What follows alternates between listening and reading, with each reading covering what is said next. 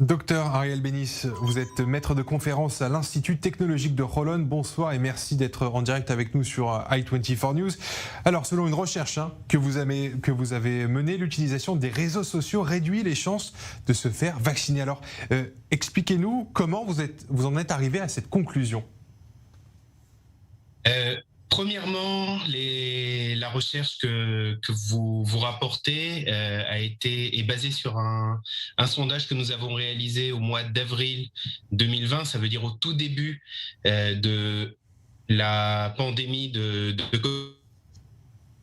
On a pu voir d'ores et déjà l'an dernier et cette année encore, les chances de se faire vacciner, et cette étude-là se rapporte principalement au vaccin anti-grippe. Les personnes se sont faites plus vacciner cette année et l'année dernière. Maintenant, ce qu'on a pu voir, et ça concerne les années précédentes et même en partie ce qu'on a pu voir l'an dernier, cette année, et même certaines campagnes anti-vaccination contre la grippe, contre le Covid, elles existent sur les réseaux sociaux. Autrement dit, faire confiance à des personnes qui ne sont pas des professionnels de santé, qui ne sont pas le ministère de la Santé, qui relatent des informations qui ne sont pas des informations de sources professionnelles, impactent de manière défavorable les chances d'être candidat à la vaccination, de se faire vacciner contre la grippe et on peut supposer contre le Covid-19. Maintenant, on sait et on le voit cette année que le nombre de vaccinés en Israël contre le Covid-19 a augmenté. On a noté aussi l'an dernier une augmentation significative du nombre de personnes vaccinées contre la grippe, et cette année aussi. Donc, ce qu'on peut noter ici, sans forcément être complètement affirmatif, la communication sur les réseaux sociaux influe sur la volonté de se faire vacciner.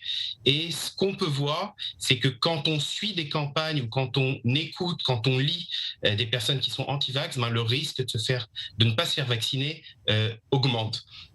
Maintenant, il est important de souligner que l'Institut technologique de Rollon et le ministère de la Santé ont eu des projets en commun pour augmenter le nombre de personnes vaccinées, aussi bien dans le cadre de la Covid-19 que de la grippe.